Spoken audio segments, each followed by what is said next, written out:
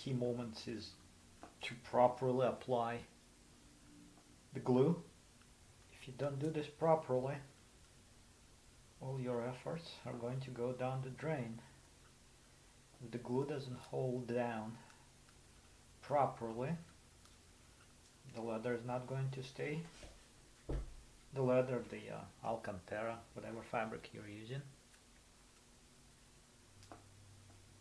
If you don't stretch the leather properly, it's also not going to look good.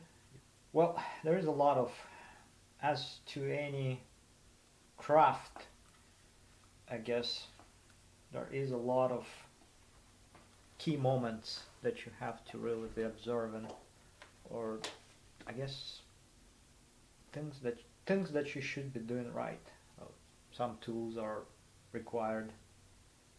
This glue is a pressure sensitive type of a glue, so you have to apply a certain pressure per square millimeter, square inch, for the glue to set or to activate.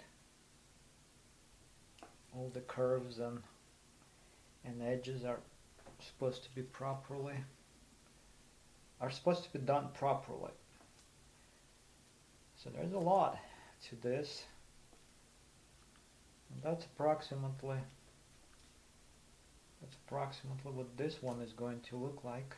So this one is a demonstration piece, so I'm going to I'm doing a wild red color on this one. I have a piece of Alcantara here that is kind of similar in hue or color. This one is leather, so you can see the back side of it. This is the genuine cow leather, but it's been colored red. Well, the leather is dyed, so this one is going to be wild, like I said, and it's going to probably have a black color trim just like this one.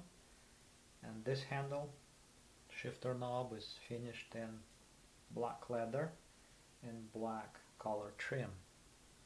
So this kind of replicates the original BMW design, except that the leather is slightly different.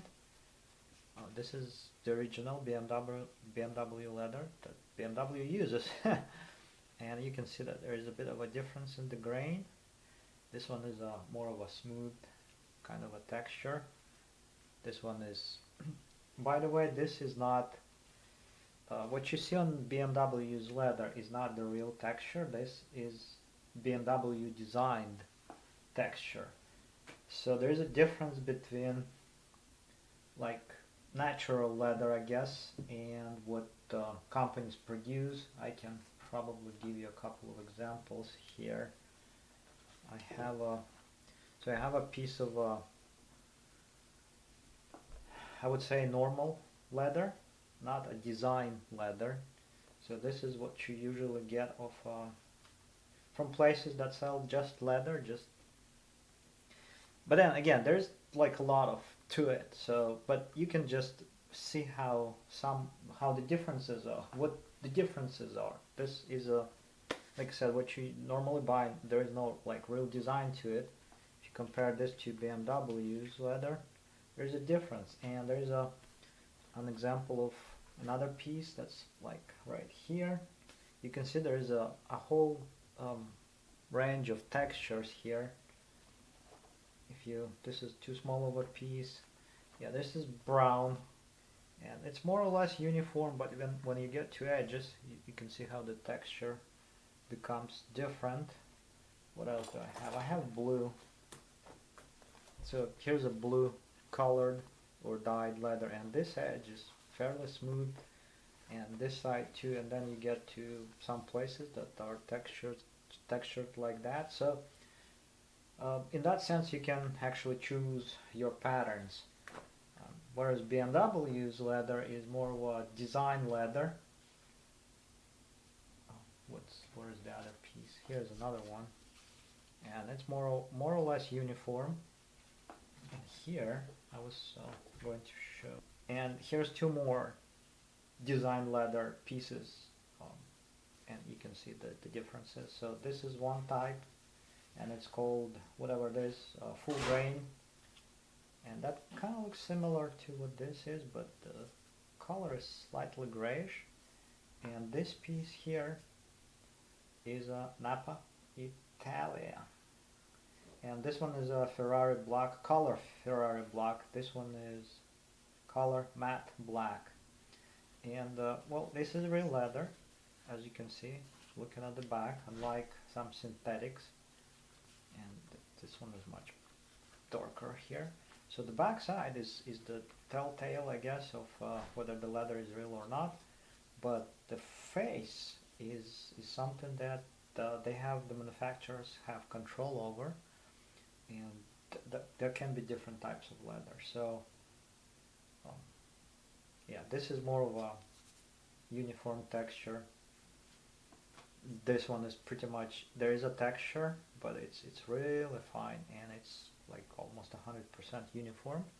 You still buy these pieces in like not squares or rectangular shapes, but like a quarter of a hide or a whole hide, you can buy that.